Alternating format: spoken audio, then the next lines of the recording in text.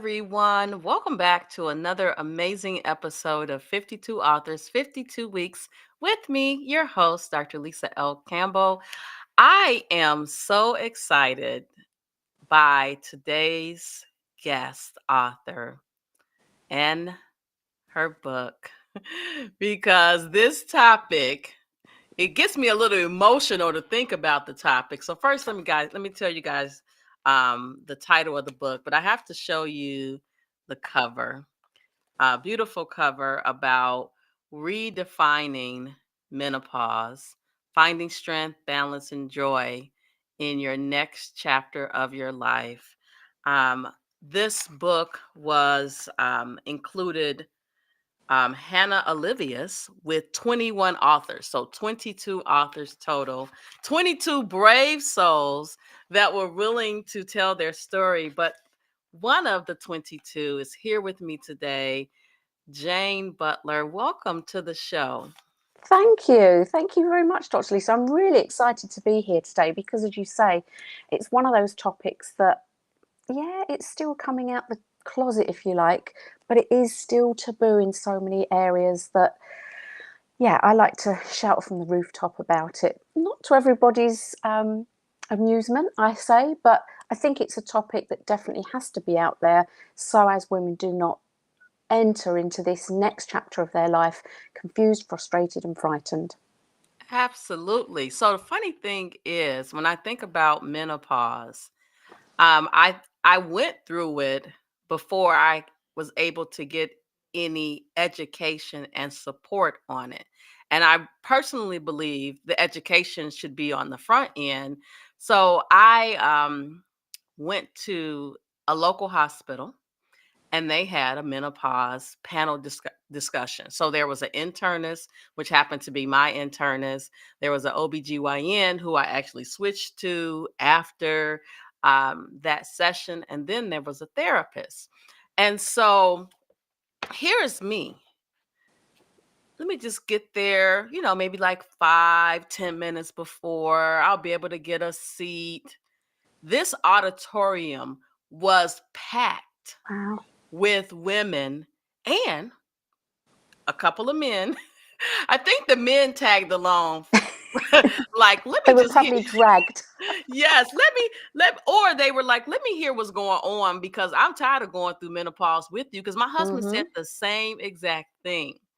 So I'm so glad that you all went on this journey. And I would love for you to first start off telling our listening, viewing audience a little bit about you and your background. I'm pretty sure that they know that you are from the UK. We can tell it in your voice. I love it. Because it definitely sounds different than, our US voices. For sure. For sure. Okay, well, I'm Jane Butler, as the little name says there. Um, and I'm a women's health and wellness coach now, but that wasn't always my story. Prior to that, I was a UK registered nurse in London for 30, 35 years. But my speciality at the time was cardiology, which I totally loved. Excuse the pun there, but it was all to do with the heart. And when we moved to California, and it was like, well, what am I going to do with myself? I didn't want to nurse while I was still, I had moved to California. And so I'd heard about health coaching, and I thought, okay, let's take a little look. So I invested my time and effort, and I went back to school and trained as a health and wellness coach. And then it was about picking a topic. And I was like, well, don't you just help everybody? Well, yes, you can to a point. But I really found the interest in menopause. And that was really because, one, I'd gone through menopause myself, or I was going through it, didn't really understand anything about it. And that's really hard to admit as a woman myself, not understanding what was happening to my body, being a nurse for so long and not understanding it. And I thought, well, let's look into this a little bit more. So I go into that in my chapter in the book of my story. But now I'm here yep, that's me. I go into that, but now I'm here currently in Florida, and I spend my time between Florida and the UK. And I support women going on their transition, their journey, whatever you want to call it. Everybody has their bugbears about some of the language, but nonetheless, it's a natural position in life for us. And so I felt I had something to bring to it. I had the experience of going through it myself. I had the experience of bringing my nursing background and then the health coaching element to it. So we spoke earlier, and for me, one of the key things is about the education and sharing of knowledge. And so that's who I am and what I do. I love it. And, recently here, and at this point, I'm just going to be honest, I haven't watched it yet, but apparently Oprah Winfrey did some type of panel. It's on my list, right? She did. My list has some levels of priority, so it has a priority level. It's just not high. I am going to sit down and watch it. I may invite some girlfriends over and we sit down and watch it together because several of my friends have not. But I'm so happy that it's really out there in mainstream media because for too long it's been as you stated before we started recording, it's been taboo to even talk about it. And I'm like, we need to be truly honest about having the conversations from cradle to crypt. We need to be open and willing to have the conversation because maybe it will prevent someone from suffering um more. They could suffer less, right? Maybe you're still going to suffer, right? But at least you understand the suffering. Do you know, it's interesting you mention that, because that is the beauty, I believe, of this book, is the whole diversity of menopause. And I guess some of the frustrations come because some ladies really have a rough time going through menopause. And we could discuss that forever. But there's another bunch of ladies that have very few symptoms and they just transition through and know nothing about it. Now, wouldn't that be lovely if that could be all of us? But that, I think, was the beauty of the book, having 22 of us putting our story in there and showing how diverse menopause can actually be.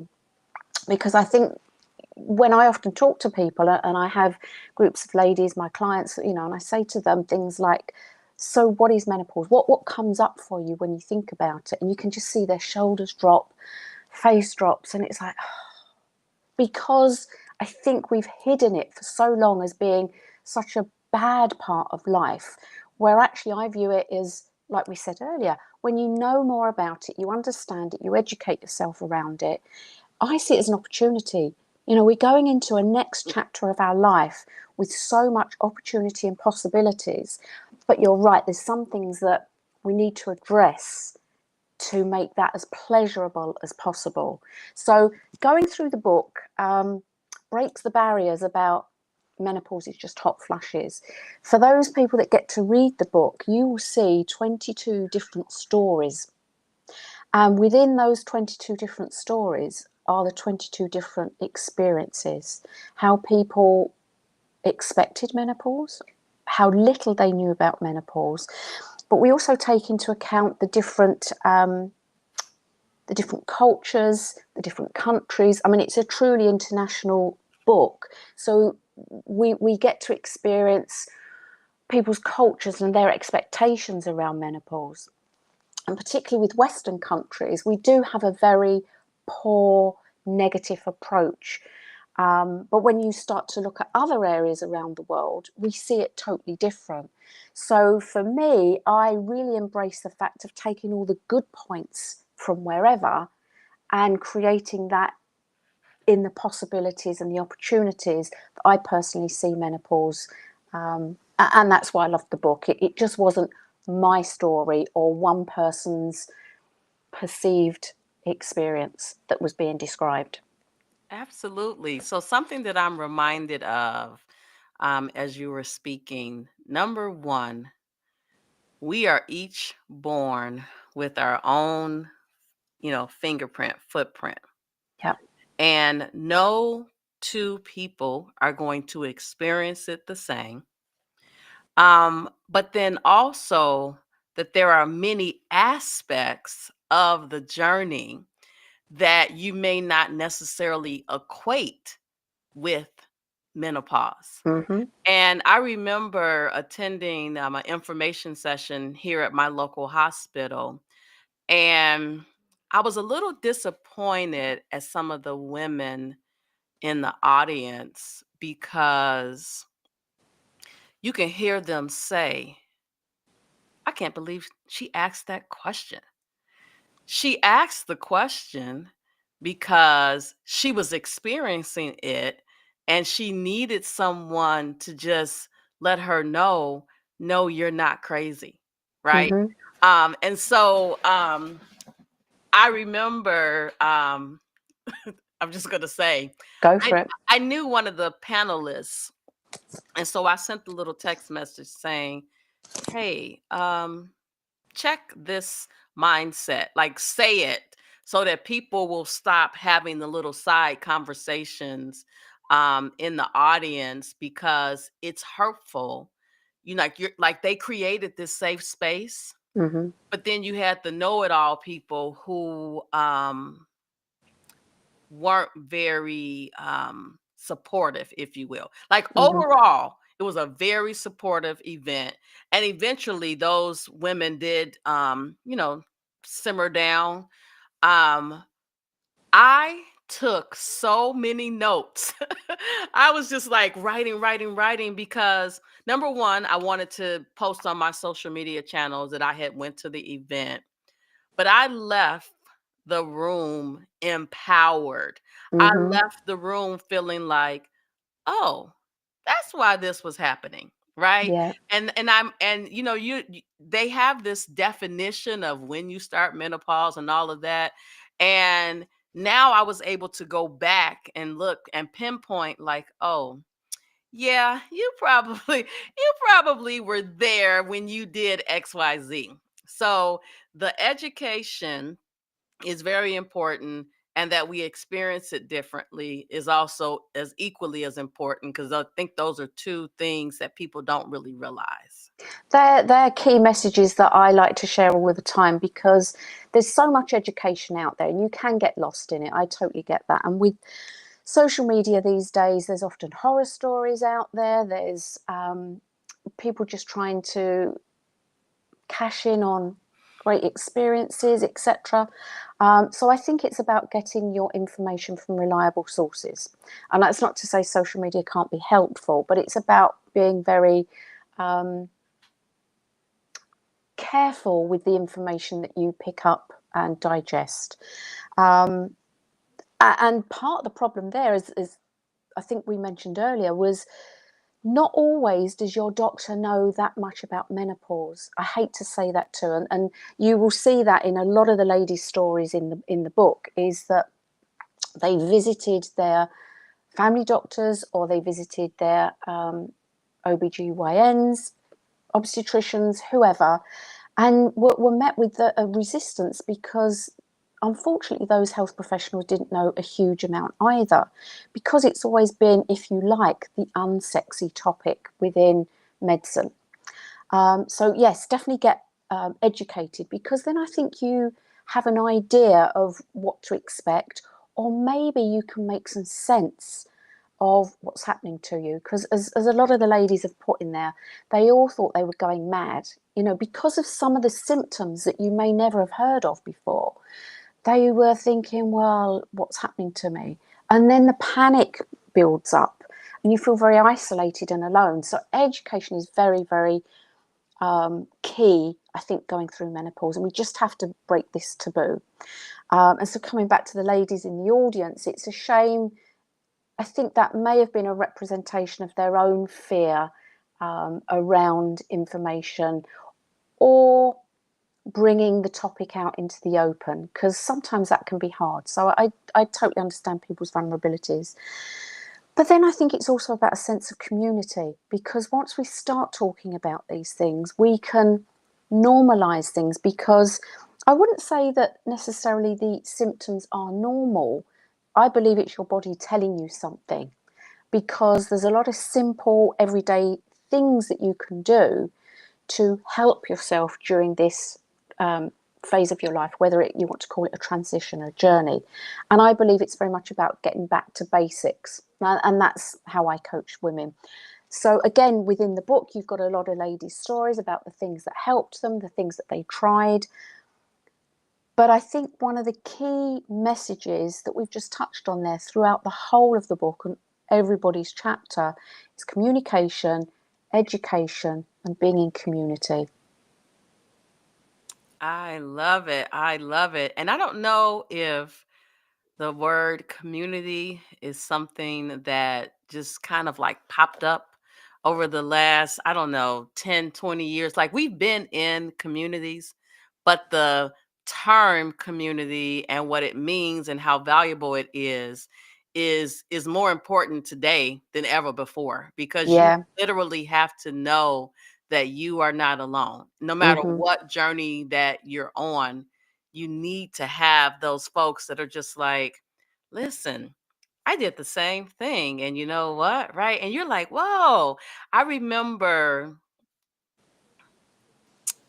driving down the street crying and screaming uncontrollably. Like, and my best friend was just on the phone with me praying for me and to make it safely to my destination. I didn't want to pull over. I was almost there. And when I looked back on that moment, I was like, Lisa, Lisa, Lisa, you were you were going through it and you didn't even realize what it was. But I'm grateful that I had her to, first of all, pray for me to be calm and to make it to my destination safely. But it then prompted me to contact my doctor and say, uh, let's have the talk. Yeah. And I think women have to come to it in their own time. But I think while we still hide it, it makes it harder for women to do that. So finding your community, finding your tribe is definitely the thing to do. And there's a ton of groups out there on the internet. So go explore, go find who you resonate with, because you'll resonate with somebody, not necessarily everybody. But I also like to bring some humor into it, because it can become a very serious subject, because I do appreciate some people have some horrific times going through it. But the more we can put some laughter, some lightheartedness into it, helps us along the way with our journey, because, yeah, it can be miserable for some people. Yes. So I know that you have one of the 22 chapters, and we don't want to tell them everything about your story, but I would love for you to share just a little bit about embracing the change. Yeah, I mean, I think, like you, I entered perimenopause and I'd never heard the term of it. And I write that in my chapter. It was never a term that I'd heard of, even as a nurse. And so that started in the sort of mid 40s. But I didn't really connect anything up. So as the story goes on, I went to my family doctor for one problem, thought I'd got everything sorted, went about my life. Great, everything was lovely for a while. Then things started to drop off again.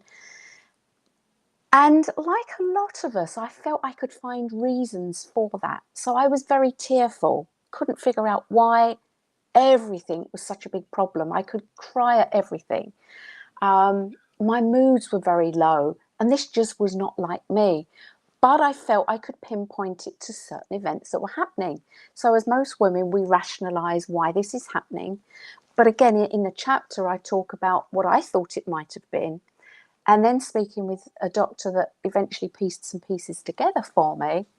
And the information I was given was a strong hell no, not for this length of time.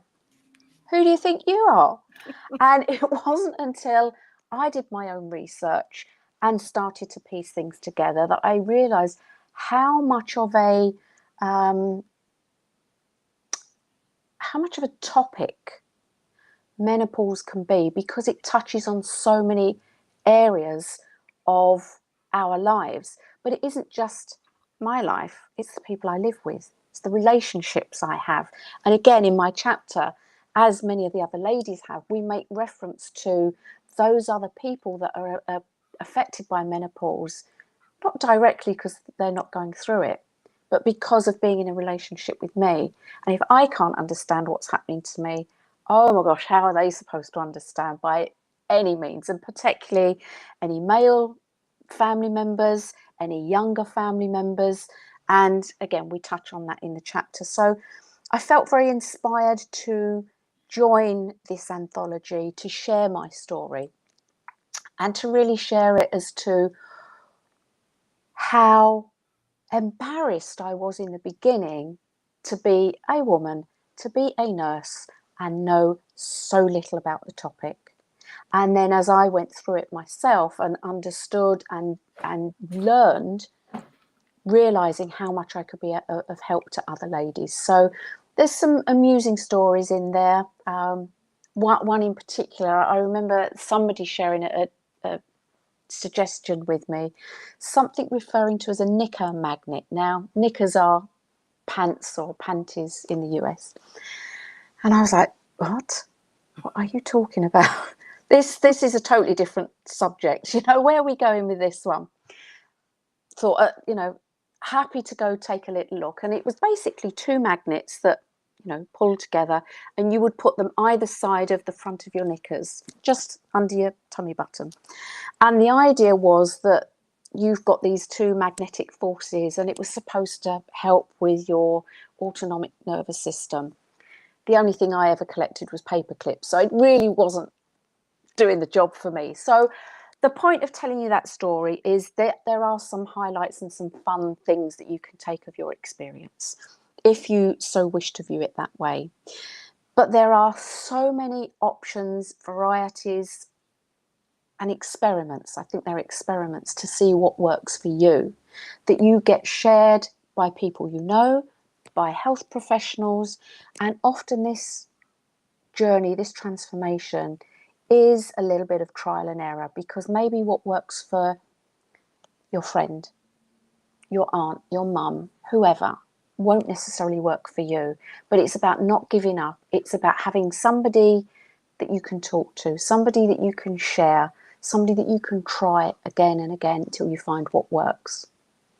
Wow. When you mentioned that the term perimenopause, I am reminded of I started in healthcare as a medical assistant, and I worked with three specialties initially: family practice, peds, and OBGYN.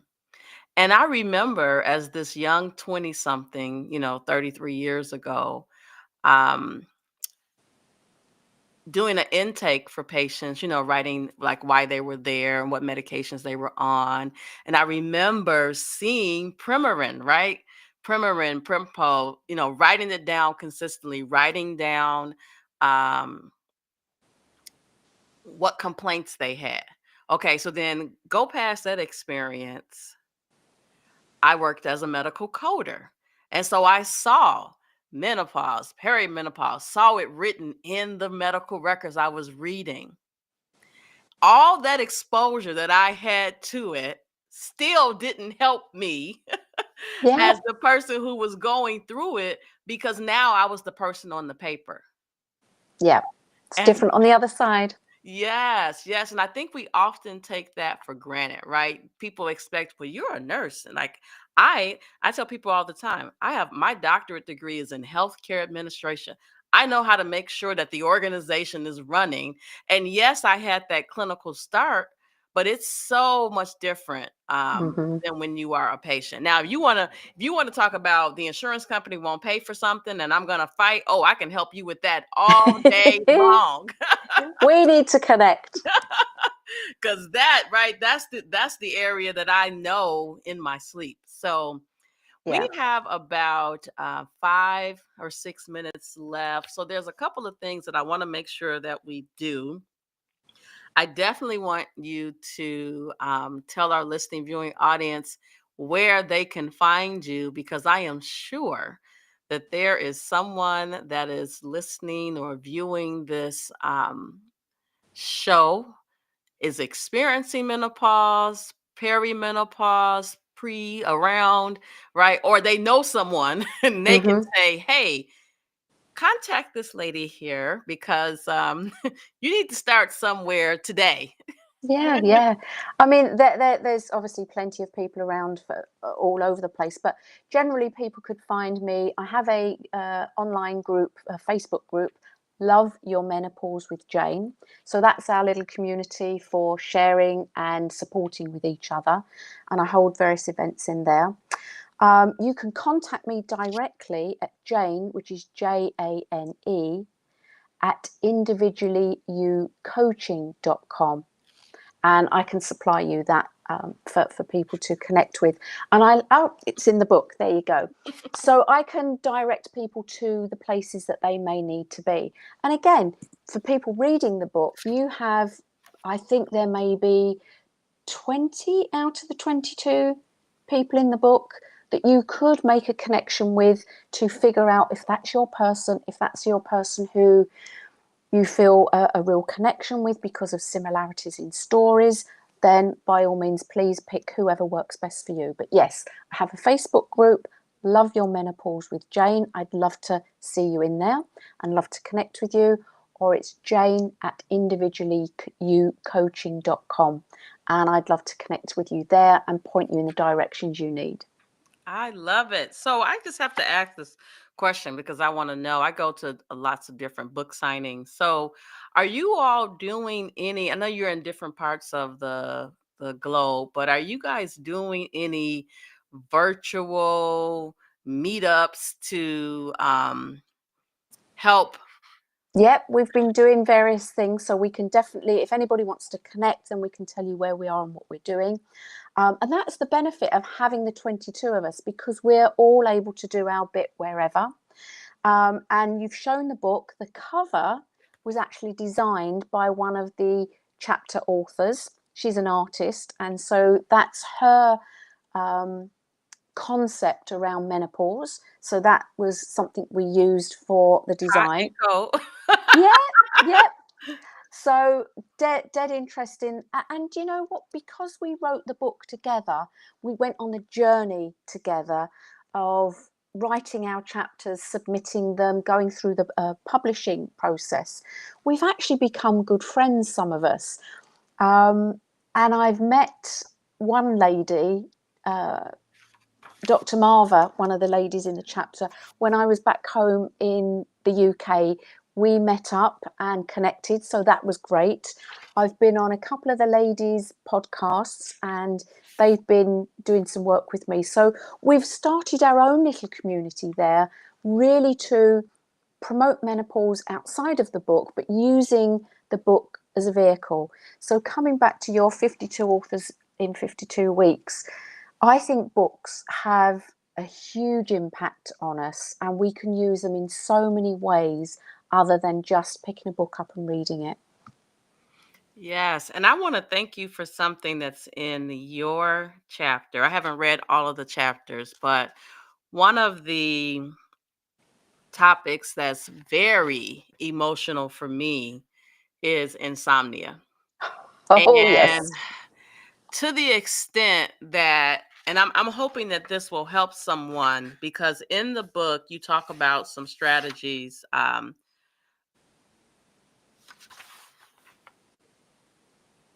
I know what strategies work to help me fight the insomnia, but I think I struggle with articulating them to my husband, and it comes out as I don't want to say anger, but like Hmm. I'm just going to say this. In the book, in your chapter, you talk about establish a routine, create a calm environment, right? Mindfulness, meditation, herbal teas. And it's very difficult. And I'm thinking about this and it's making me emotional because I have to go to him and say, A, insomnia is one of the things that you experience with menopause, and this is what I need from you to help me implement these strategies because there are many nights that I am looking up at the ceiling. I am thinking, well, since I'm up, I might as well go downstairs and do XYZ or bake some bread. Uh, I know where you're going with that one. but in reality, I need to sleep because sleep, it rests, not just sleep, but Mhm, rest has so many benefits that I need, right? Such as with weight and just other areas that I realize that I need to have those four things in play in my life. mhm. And those four things that you mentioned are my four things. And I got the four things. I went to a psychologist and we kind of walk through those things to help me implement them. But now I gotta, say, hey, Do buddy, it. yes. Well, no, I do it, but I need to say, hey, because I've said it, but I think I've said it in an angry manner, and I need to say it in a more calm manner. That in order for me to fight this insomnia, this is what I need from you, Mhm, right? mhm. So it's all about how you package it up and present it to your partner. Yeah. I think the other thing to bring up there though is when we look at menopause, we go through so many different transitions as a woman, and it does generally affect our relationships. And that may be with our nearest and dearest, it could be with work colleagues, etc. And I know when I coach women, these are some of the things that we go through because most ladies know what they should be doing. They've got a rough idea. We can all Google it and find that. It's actually putting it into place. It's about getting cooperation with other people, and it's being held accountable in a supportive and loving way, but in the sense of making it happen with you, not for you, because I can't make anything happen for anybody. I can be their coach, I can be their support, but it's about helping people to package it for themselves. And it may be how you have that conversation with your nearest and dearest. And then once you can get that buy in and that support, that can help you in your process. Because I get infuriated too when you read these things and it says you just need 6 to 7, 8 hours sleep a night. And I pull my hair out thinking, I know that. How? Well, and I require 8 hours of sleep. Yep. If I can get 8 solid hours of not just sleep. Um, there's this physician, Dr. Sandra Dalton Smith, who wrote a book called Sacred Rest. I think many of us, we go to sleep, but we don't rest. Hmm. And rest is what I need to allow my body to Recover. yes, recover. And it does not happen when you're just tossing and turning. No, that's for sure. So there are many things that can be done. Many of them are straightforward and simple, and that's what we cover in our sessions. Um, but it's about being able to put them into practice regularly and not get ourselves frustrated on the nights that it doesn't happen. Because even before menopause, even before perimenopause, we've all had the nights where we don't sleep for a variety of reasons. So it's being kind to ourselves, giving ourselves that time and permission, and slowly building upon it. But I hear you. It's other people, you need their buy-in to often support you too. Yes, absolutely. Well, listen, it has really been my pleasure to have you on 52 Authors, 52 Weeks. When I started this podcast, I thought it was just going to be a 1 year situation. Here we are on year two. I have decided that I'm going to do this for as long as I am physically and mentally able to do so. My grandfather is currently 104, so I feel like, Wow. and I'm half his age. So I'm like, okay, I can do this for another, 50 years because I don't have to leave my house to do it, right? Mm. But I think that there's some value in books and reading because many of us suffer in silence. Hmm. And I want to be a part of the solution to Totally. helping us all grow together. That's so inspirational, and I totally agree with you. I love books, and I've always got my head in some book or another. And to have been able to be part of this anthology was a blessing. I feel very honoured, and working with these other ladies that have all contributed has been totally amazing because it's opened my eyes to way more menopausal things.